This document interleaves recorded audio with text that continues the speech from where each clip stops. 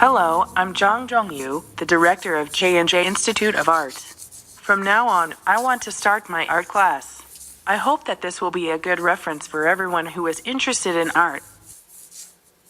But I had a lot of thoughts on how to start this class. I'd like to ask you this first. How is it? Are you still happy when you draw a picture? Many students are talking about the difficulties of drawing at this moment. Why did this drawing, which gave me joy as a child, become like this? But why has this drawing become so difficult?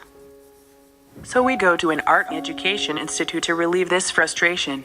But how is it? Let me ask you one more time. Has the frustration been relieved and your enjoyment restored? Contrary to expectations, isn't this frustration still going on? What's the cause of that? Why is it so hard to paint a picture that was fun before? The reason is very simple. It's no longer a play for yourself. This is because it became a very stressful drawing that you have to draw well for your dreams. It would be great if we could reduce this gap.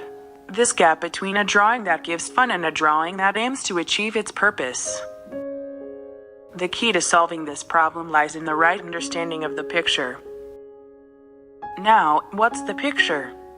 You have to start with this fundamental understanding of what a picture is, regardless of the genre of design, painting, animation, or whatever. The first picture is a world, my own world. So the world was so fun and enjoyable as a child, because it was my world without any interference. But all of a sudden, there's been interference in the world. Suddenly, we were asked to play with this apple in this space from now on. We were at a loss as to how to play. Isn't that what the situation is for all of us now? On the grounds that certain conditions and restrictions were given, whose world will my drawing be? It never happens. Students who know this well find their own play under any conditions. But many students don't. Wouldn't it be better to let it go if the reality is like this? Why do they interfere? The original intention is to grow.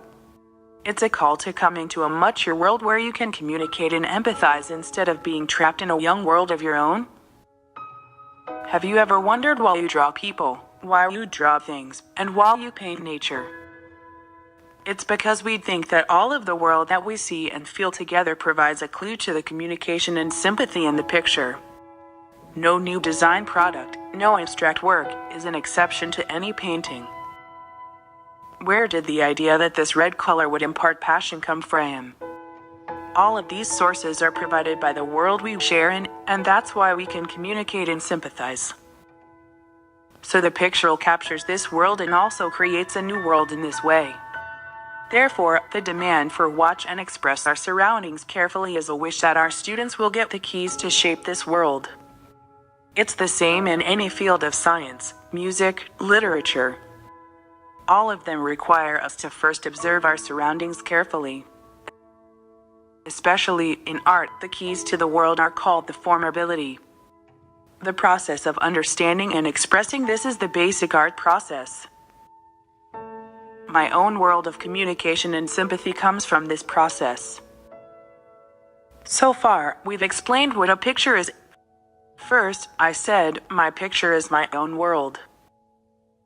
But in order to grow into a mature world where communication and sympathy are possible, we need to turn our eyes to the world around us to understand the formability and to develop our skills.